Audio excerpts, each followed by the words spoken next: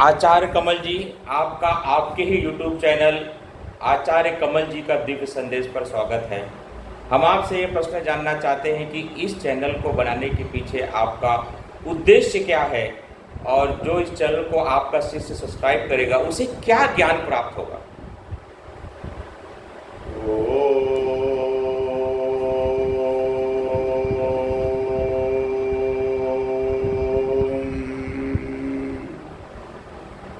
देवियों और सज्जनों,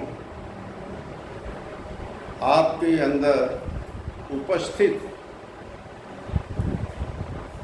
परमात्मा को प्रणाम, मेरा प्रणाम स्वीकार करें।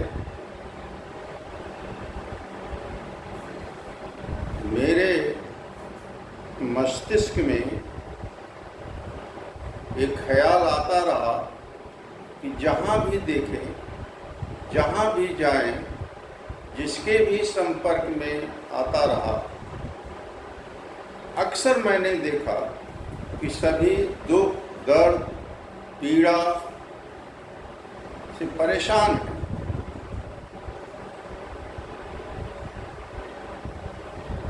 दिखाने के लिए तो बहुत कुछ है, लेकिन अंदर से जब पता चला कि भाई ये तो तकलीफ ही तकलीफ है और सब परेशानी में ही है, बहुत सारे उपाय कर रहे हैं और उन उपायों में बहुत सारी बातें ऐसी आई कि यह कर्म करते चलो, ऐसा करो तो अगले जन्म में या मोक्ष की प्राप्ति होगी और अगले जन्म में अच्छे जन्म मिलेंगे, अच्छी जगह मिलेगी। परंतु यह समझ में नहीं आया, इस जन्म में तो पीड़ा ही पीड़ा है, सब कुछ है, तो मेरा जो उद्देश्य है कि इसी जन्म में कुछ ऐसा फार्मूला, ऐसा कुछ सूत्र हाथ में लगे कि कुछ इन समस्याओं से राहत मिले। तो मेरा ये प्रयास है कि पहले तो यह समझा जाए कि बेचैनी, दुख, दर्द और पीड़ा ये सब कहाँ से आती है, कैसे होती है। तो इसके विषय में हम चर्चा करते हैं, कुछ बातें करते हैं, समझाने की कोशिश करते हैं। तो इन सब बातों को प्रथम मैं एक कहानी के माध्यम से, सत्य बातों के माध्यम से समझाने की कोशिश करूंगा। ऐसा है कि एक छोटा सा परिवार था, 2-3 बच्चे थे, माँ बाप। पिता छोटा सा धंधा करता था, घर का पालन पोषण होता था। हुआ ऐसे, एक दिन की बात है कि तीनों बच्चे थे, एक बेटी थी, 2 बेटे थे। जो बेटी सबसे छोटी थी, हाल में तीनों पढ़ाई कर रहे थे। तो छोटी बेटी ने अपने बड़े भाई से पूछा कि भैया पानी आता कहाँ से। भाई ने कहा, अरे देखती नहीं, वो नल लगा हुआ है, उसकी टोटी खोल दो, पानी आने लगेगा। तो उसका जो बड़ा भाई था उसने कहा, नहीं नहीं, ये गलत बात है, ये सही उत्तर नहीं है। पानी तो वो टांकी है, उसमें भरा हुआ है, वहां से पानी आता है। तो उसका बड़ा भाई सुन रहा था, उसने कहा, नहीं नहीं, पानी तो बिल्डिंग के ऊपर जो है एक बड़ी सी टांकी है, वहाँ से आता है। एक सिलसिला चलता रहा तो उसकी माँ भी पढ़ी लिखी थी, थोड़ी दूर पर बैठी हुई थी, वो आई वहाँ पर, बोले कि नहीं तुम लोगों को मालूम नहीं है, पानी जो है समुद्र से या बड़े बड़े जलाशयों से वाष्पीकरण होकर बादल बनता है, और बादल में ऐसी प्राकृतिक घटना घटती है, वैज्ञानिक घटना घटती है कि वहाँ से बारिश होती है, तो बारिश जलाशय में इकट्ठा किया जाता है, तो पाइप द्वारा पानी यहाँ आता है, ऊपर टांकी में भरा जाता है, पानी वहाँ आता है।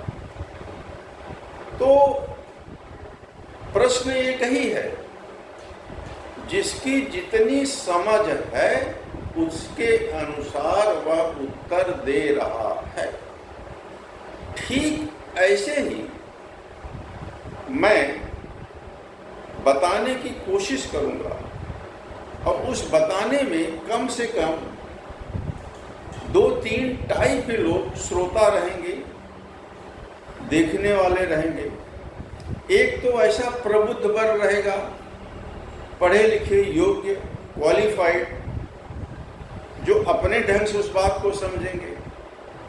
कुछ लोग ऐसे होंगे जो कम पढ़े लिखे हैं, वो अपने ढंग से समझेंगे, और कुछ लोग ऐसे हैं कि जो कम उम्र वाले हैं, नवयुवक हैं, नवयुवतियाँ हैं, बच्चे हैं, वो अपने ढंग से समझेंगे। तो मेरा यह प्रयास रहेगा कि तीनों किस्म के, तीनों वर्गों के लोगों को मेरी बात पहुँचे, ये मेरा प्रयास हर समय रहेगा। तो मैं बताने की कोशिश करूँगा, और मेरा ज़्यादा से ज़्यादा जो फोकस है बताने का, जो आज का नवयुवक वर्ग है, ये जो है इतना भटकन में है कि इधर उधर भटक रहा है। अब किसी मंदिर में जाइए, किसी देवालय में जाइए, आप देखेंगे कि अधिक से अधिक जो अधिक उम्र वाले लोग हैं वही ज़्यादा पाए जाएंगे, कम उम्र के लोग कम पाए जाएंगे, और भी कम उम्र के लोग तो उनके माँ बाप जबरन को लेके आए हैं मंदिर में, देवालय में, तो पाए। लेकिन ये जो समाज है आगे चल के, यही जो नवयुवक वर्ग है, यंग जनरेशन से, यही आगे आएगा और उससे ही यह समाज बनेगा। तो समस्या यह है कि ये दुख, दर्द, पीड़ा अधिक से अधिक जो अपने बहुत करीब के लोग हैं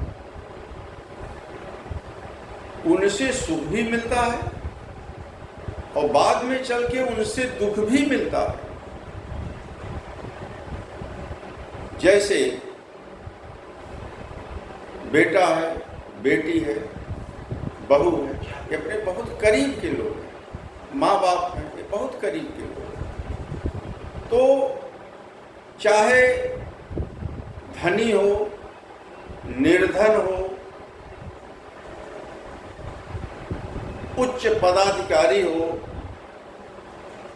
प्रतिष्ठित हो, नायक हो, नायिकाएं हो, कोई भी होने दो, अंततः किसी न किसी समस्या में वो उलझ ही जाता है।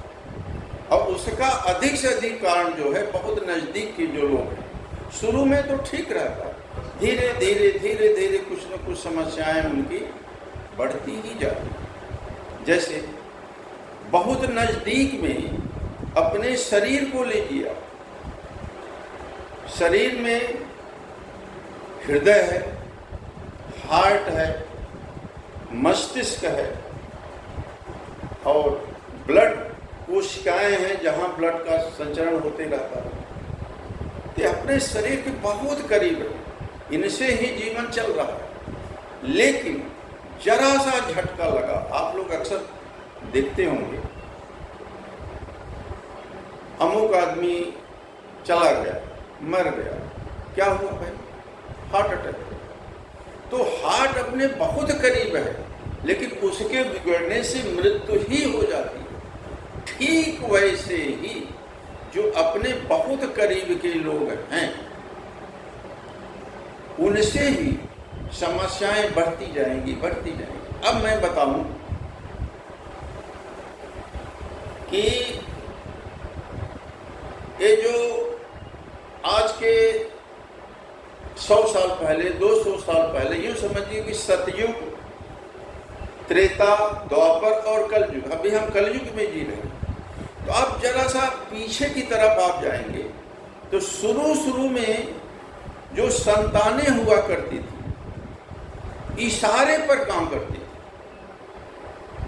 पेरेंट्स का इशारा समझ में आ जाता था, काम पर लग जाता था। उसके बाद में ऐसा आया कि जो संतानें थी अपने अभिभावकों के आदेश पर तर्क वितर्क करने लगे, और तर्क वितर्क करने के बाद भी काम तो करते थे, लेकिन तर्क वितर्क करने लगे।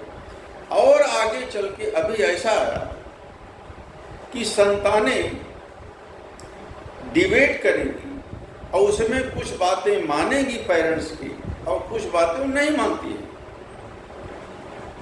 और अभी ऐसा हुआ कि आज की संतानें नेचुरली कभी पेरेंट्स से वो थोड़ा ज़्यादा पढ़े लिखे हो जाते हैं, ज़्यादा किताबें पढ़ लिया, ज़्यादा यूनिवर्सिटी में चले गए, उच्च शिक्षाएं प्राप्त किए, कागज़ के बड़े बड़े टुकड़े उनके फाइल में लगे हुए, तो उनको लगता है कि हम बहुत क्वालिफाइड हो।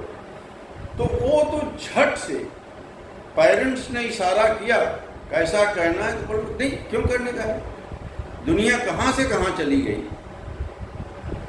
हम क्यों ऐसा करें। तो ये सिचुएशन ऐसी है कि पेरेंट्स तो अपने बच्चों के लिए तिनका जुटा के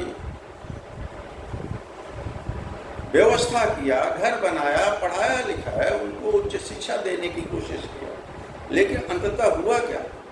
तो इन सब विषयों पर हम बातें करते रहेंगे और अगले बहुत सारे वीडियो में सब बातें चलती रहेंगी। और इसका निदान क्या है, कौन सा सूत्र अपने हाथ में आएगा कि कुछ हमें इसका लाभ मिले और इसी युग में, इसी जीवन में हमको खुशहाली मिले, शांति मिले, तो अगले जन्म में मोक्ष मिलेगा,